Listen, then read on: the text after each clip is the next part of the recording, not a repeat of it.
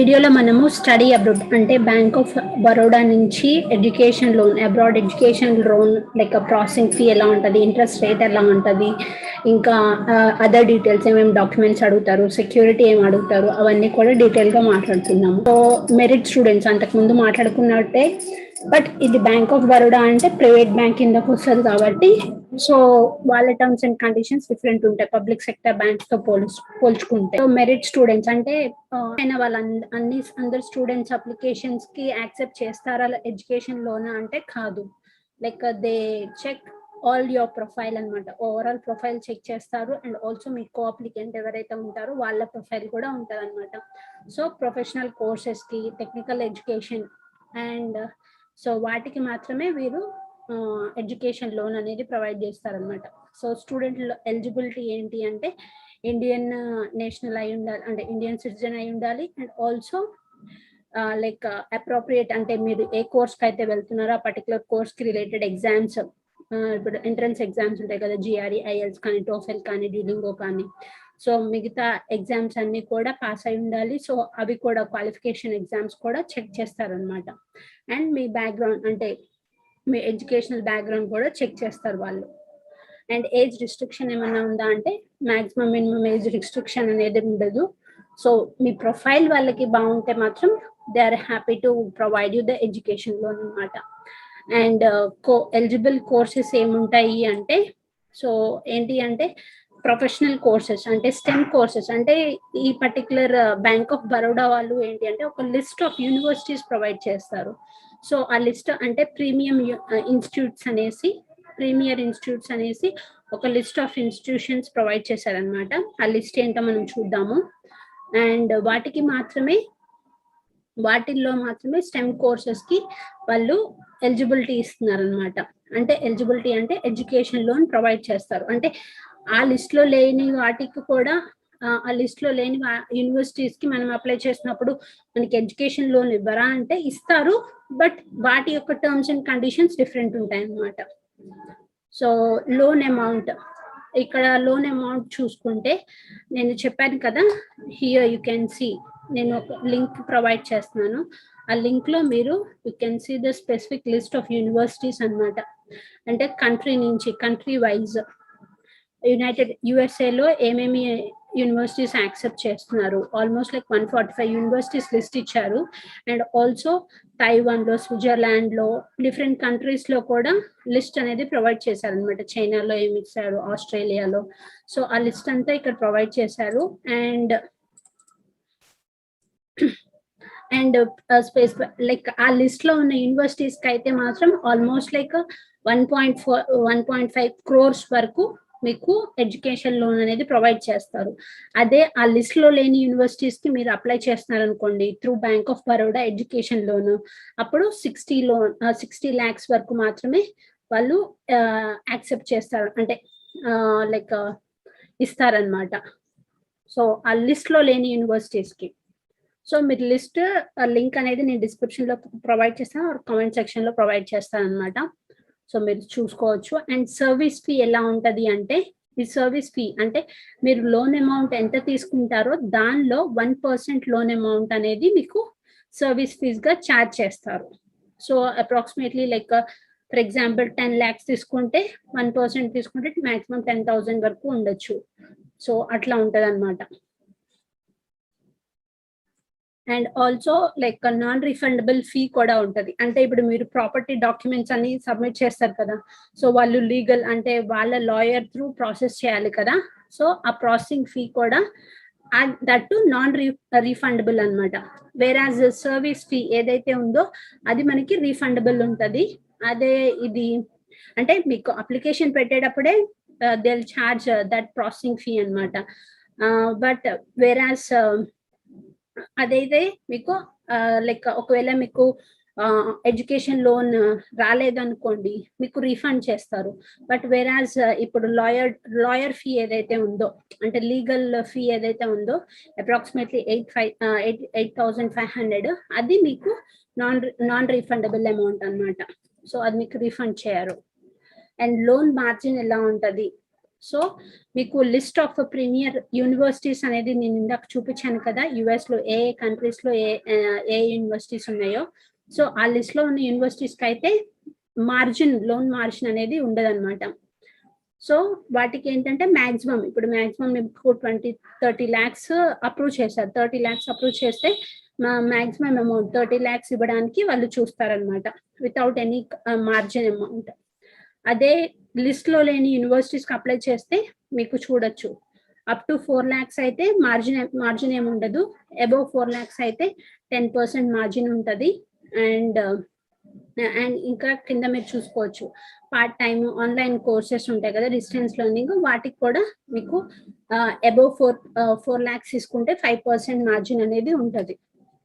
And expenses ఏమేమి cover చేస్తారు అంటే, మెజారిటీ ఆఫ్ ద యూనివర్సిటీస్ అంటే majority of the banks, other public sector banks అయినా ప్రైవేట్ సెక్టర్ బ్యాంక్స్ అయినా కానీ మెజారిటీగా లైక్ ట్యూషన్ ఫీ అనేది కంపల్సరీ కవర్ చేస్తారు, లివింగ్ ఎక్స్పెన్సెస్ కవర్ చేస్తారు. అండ్ బట్ వేరాజ్ లైక్ మిసెలేనియస్ కాస్ట్ అంటే ఇంకా ఎక్స్పెన్సెస్ ఉంటాయి కదా, బుక్స్ కానీ, ఎగ్జామినేషన్ ఫీజు, ఇంకా కంప్యూటర్స్ పర్చేస్ చేస్తుంటారు, ఇన్సూరెన్స్ ఉంటుంది, student insurance, travel expenses. So ఇవన్నీ కూడా మీరు లైక్ రిక్వెస్ట్ పెట్టుకోవాలన్నమాట.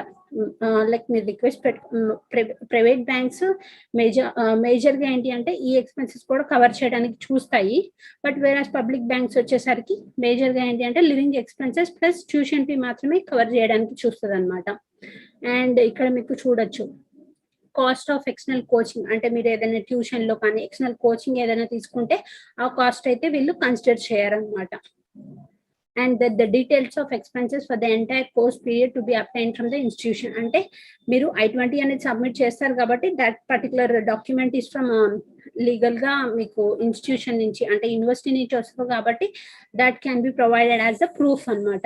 ఎక్స్పెన్సెస్ ఎంత అవుతుంది పర్ ఇయర్ అనేసి ఎస్టిమేషన్ కోసం. అండ్ రేట్ ఆఫ్ ఇంట్రెస్ట్, ఈ రేట్ ఆఫ్ ఇంట్రెస్ట్ అనేది మీకు లైక్ ఇక్కడ MCLR for specified list of premier universities, premier institutions కి అయితే BRLLR అంటే MCLR MS లైక్ మనము ప్రీవియస్ గా మాట్లాడుకున్నాం కదా, ఆ పర్సంటేజ్ అనేది వేరీ అవుతూ ఉంటది అనమాట. లైక్ ఇప్పుడు అనుకుంటే 8% or like more than that కూడా ఉండొచ్చు. సో ఈ స్పెసిఫిక్ BRLLR ఏంటి అంటే మీరు బ్యాంక్ ని అప్రోచ్ అయ్యి మీరు తెలుసుకోవాల్సి ఉంటది అనమాట. అండ్ ఎక్స్ట్రా 1.5% ఉంటుంది. అండ్ ఆల్సో మీకు ఏంటి అంటే గర్ల్స్ కి అయితే ఒక 0.5% కన్సెషన్ ఉంటది అనమాట. అండ్ ఆల్సో మీకు లైక్ లైఫ్ ఇన్సూరెన్స్ లేదనుకోండి, extra like certain percentage amount అనేది మీకు యాడ్ అవుతుంది అనమాట ఇంట్రెస్ట్ లో. అదే మీకు లైఫ్ ఇన్సూరెన్స్ కనుక ఉంటే కొంత పర్సెంటేజ్ అనేది తగ్గుతుంది. And also simple interest to be charged at monthly rest during the repayment holiday. మనకి రీపేమెంట్ హాలిడే అనేది ఉంటది కదా, అంటే మీరు కోర్స్ అయిపోయిన తర్వాత 6 months or 1 year తర్వాత మీరు రీపేమెంట్ చేయడం స్టార్ట్ చేస్తారు కదా. సో ఆ రీపేమెంట్ అంటే ఆ మారిటోరియం హాలిడే ఏదైతే ఉంటుందో దాంట్లో మీకు సింపుల్ ఇంట్రెస్ట్ మాత్రమే పడుతుంది అనేసి వీళ్ళు క్లారిటీ ఇస్తున్నారు అనమాట. అండ్ కోఅప్లికెంట్ గా ఎవరెవరు ఉండొచ్చు అంటే మీ పేరెంట్స్ ఉండొచ్చు, ఇఫ్ యు ఆర్ మ్యారీడ్ అయితే స్పౌస్ కానీ, మీ పేరెంట్స్ కానీ, లేకపోతే పేరెంట్స్ ఇలా మీ అత్తమామలు కానీ ఉండొచ్చు. అండ్ లేకపోతే మీ లైక్ పేరెంట్స్ ఎవరు లేకపోతే in that case close relative కానీ, గార్డియన్ కానీ ఇలా వీళ్ళు ఉండొచ్చు అనమాట. సో వాళ్ళు కూడా అందరూ ఇండియన్ సిటిజన్స్ అయి ఉండాలి. అండ్ ఏమేమి డాక్యుమెంటేషన్ కావాలి అంటే KYC of the applicant and also co applicant వల్ల కేవైసీ అడుగుతారు. And also academic records of the like applicant అనమాట. స్టూడెంట్ యొక్క అకాడమిక్ రికార్డ్స్ అడుగుతారు, ప్రూఫ్ ఆఫ్ అడ్మిషన్ అంటే I-20 అడుగుతారు. And also entrance test results అంటే GRE TOEFL ఇవి రాస్తారు కదా, ఆ టెస్ట్ స్కోర్స్ కూడా మీరు సబ్మిట్ చేయాల్సి ఉంటుంది. And statement of cost of study అంటే I-20 అనేది మనం కూడా సబ్మిట్ చేయాల్సి ఉంటుంది. అండ్ ఇన్కమ్ ప్రూఫ్ అంటే కో అప్లికెంట్ గా మీకు ఎవరైతే ఉంటారో, మీ పేరెంట్స్ అయితే పేరెంట్స్, లేకపోతే మీ స్పౌస్ అయితే స్పౌస్, వాళ్ళ యొక్క ఇన్కమ్ ప్రూఫ్, సాలరీడ్ అయితే ఇన్కమ్ ప్రూఫ్స్ అనేది కంపల్సరీ ఉండాలి. అండ్ ఆల్సో ITR అంటే ఇన్కమ్ ట్యాక్స్ రిటర్న్ సబ్మిట్ చేయాలి. And bank statements for the last 6 months అనేవి సబ్మిట్ చేయాలి. ఈ డాక్యుమెంట్ లిస్ట్ అనేది కొంచెం అటు ఇటు ఎక్స్ట్రా డాక్యుమెంట్స్ అడుగుతారనమాట. డిపెండింగ్ ఆన్ ద కేస్, అంటే పర్టికులర్ స్టూడెంట్ కేసుని బట్టి, అప్లికెంట్ కేసుని బట్టి ఈ డాక్యుమెంట్స్ 1 or 2 ఇంక్రీజ్ అవుతూ ఉంటాయి. అండ్ ఆల్సో మీరు సెక్యూరిటీ పెడతారు కాబట్టి this comes and like collateral, అంటే సెక్యూరిటీ పెట్టి తెచ్చుకునే లోన్ అనమాట. సో ప్రాపర్టీ డాక్యుమెంట్స్ అన్ని కంపల్సరీ మీరు సబ్మిట్ చేయాల్సి ఉంటుంది అనమాట. లింక్ డాక్యుమెంట్స్ అంటే ఏమేమి డాక్యుమెంట్స్ అడుగుతారు అంటే నాన్ అగ్రికల్చర్ ల్యాండ్ డాక్యుమెంట్స్ పెట్టుకోవచ్చు, హౌస్, ఫ్లాట్ ఇవి కూడా పెట్టుకోవచ్చు.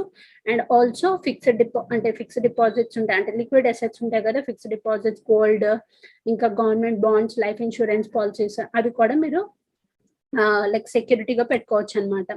సో ఎడ్యుకేషన్ లోన్ సెక్యూరిటీ గురించి మాట్లాడుకుందాం. సో అప్ టు 4 lakhs, అంటే 4 lakhs కన్నా తక్కువ తీసుకున్నారనుకోండి, అప్పుడు మీరు సెక్యూరిటీ ఏం పెట్టకుండానే మీరు లోన్ అనేది తీసుకోవచ్చు అనమాట.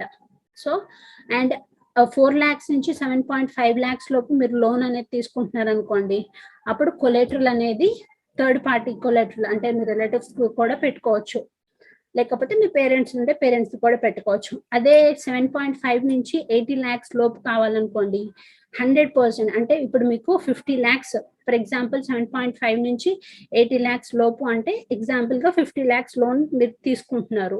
సో 50 lakhs లోన్ తీసుకుంటున్నప్పుడు మీకు 50 lakhs కి ఈక్వలెంట్ గా మీరు సెక్యూరిటీ అనేది ప్రొవైడ్ చేయాలన్నమాట బ్యాంక్ కి.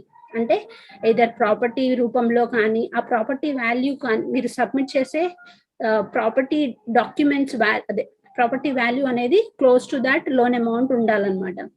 అదే 80 lakhs కన్నా అబోవ్ తీసుకున్నారు అనుకోండి, ఫర్ ఎగ్జాంపుల్ మీరు 90 lakhs లోన్ అనేది తీసుకున్నారు, అప్పుడు ఏంటి అంటే 1.25 times ఉండాలి. అంటే మీరు 90 lakhs తీసుకున్నప్పుడు 90 lakhs కన్నా ఎక్స్ట్రా, ఆల్మోస్ట్ లైక్ 1 crore పైన కన్నా ఎక్స్ట్రా ఉండాలన్నమాట ఆ ప్రాపర్టీ యొక్క వాల్యూ.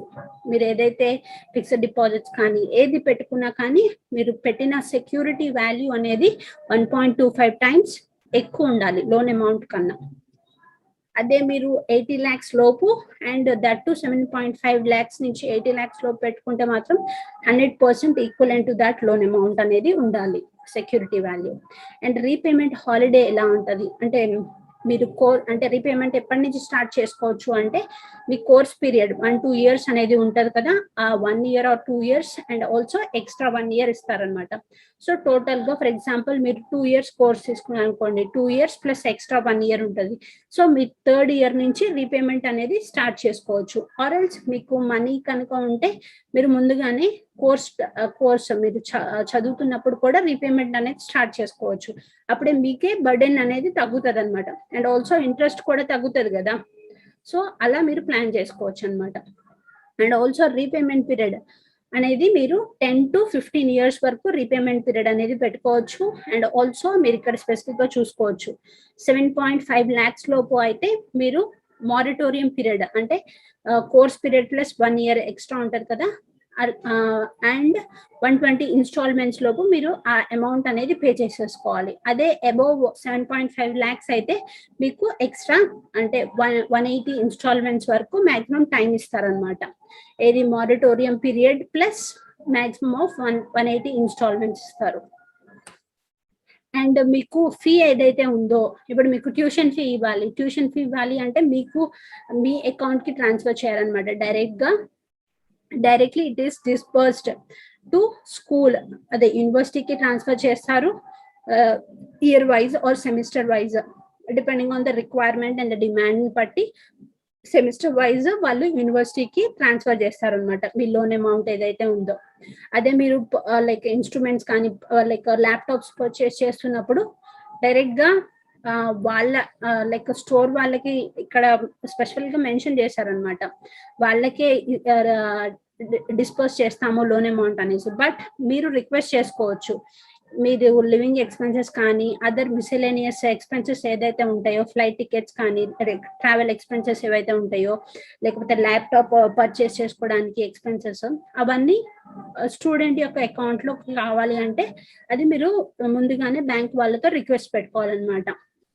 అండ్ ఫినాన్సింగ్ బ్రాంచ్ మీరు మీ రెసిడెన్స్ పర్మనెంట్ రెసిడెన్స్ అడ్రస్ ఏదైతే ఇస్తారో దానికి దగ్గరలో ఉన్న బ్రాంచ్ కి మీరు అప్రోచ్ అవ్వాలన్నమాట. Then it will be easy for them and also to you అన్నమాట ఈ ప్రాసెస్ అంతా కంప్లీట్ చేసుకోవడానికి. అండ్ ఈ ప్రాసెస్ కి ఎంత టైం పట్టచ్చు అంటే like it will take private bank కాబట్టి మీ డాక్యుమెంట్స్ అన్ని కరెక్ట్ గా ఉంటే it will take almost like 1-2 months వరకు పట్టచ్చు.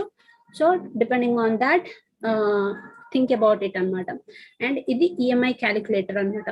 So for example like 20 lakhs తీసుకున్నాం అనుకోండి, రేట్ ఆఫ్ ఇంట్రెస్ట్ 10% అని అప్రాక్సిమేట్ గా జస్ట్ ఒక ఎగ్జాంపుల్ గా పెట్టాను. అండ్ లోన్ టర్మ్స్ అంటే లైక్ 120 ఇన్స్టాల్మెంట్స్ లో పే చేయాలి అనేసి మీరు పెట్టుకున్నారు. సో అప్పుడు మీకు మంత్లీ పేమెంట్ ఎంత వస్తుంది అంటే 26,000 మీరు మంత్లీ పేమెంట్ 120 ఇన్స్టాల్మెంట్స్ లో కట్టుకోవాలి అన్నట్టు. సో ఇది మీకు ఈఎంఐ క్యాలిక్యులేటర్ లింక్ అన్నమాట. సో ఆ లింక్ లో మీరు ఇంకొక డిఫరెంట్ అమౌంట్ పెట్టేసి మీరు క్యాలిక్యులేట్ చేసుకోవచ్చు. ఫర్ ఎగ్జాంపుల్ చూసుకోవచ్చు, ఇక్కడ 50 lakhs ఇచ్చారు. సో 50 lakhs కి 7.85% 120 ఇన్స్టాల్మెంట్స్ లైక్ మంత్లీ పేమెంట్ ఎలా ఉంటది అనేసి అప్రాక్సిమేట్ గా ఇచ్చారనమాట. సో మీరు క్యాలిక్యులేట్ చేసుకోవచ్చు అప్రాక్సిమేట్ గా. So this is all about loan terms from Bank of Baroda అన్నమాట. మీకు ఇంకా ఏమైనా డౌట్స్ ఉంటే please comment below. All the very best.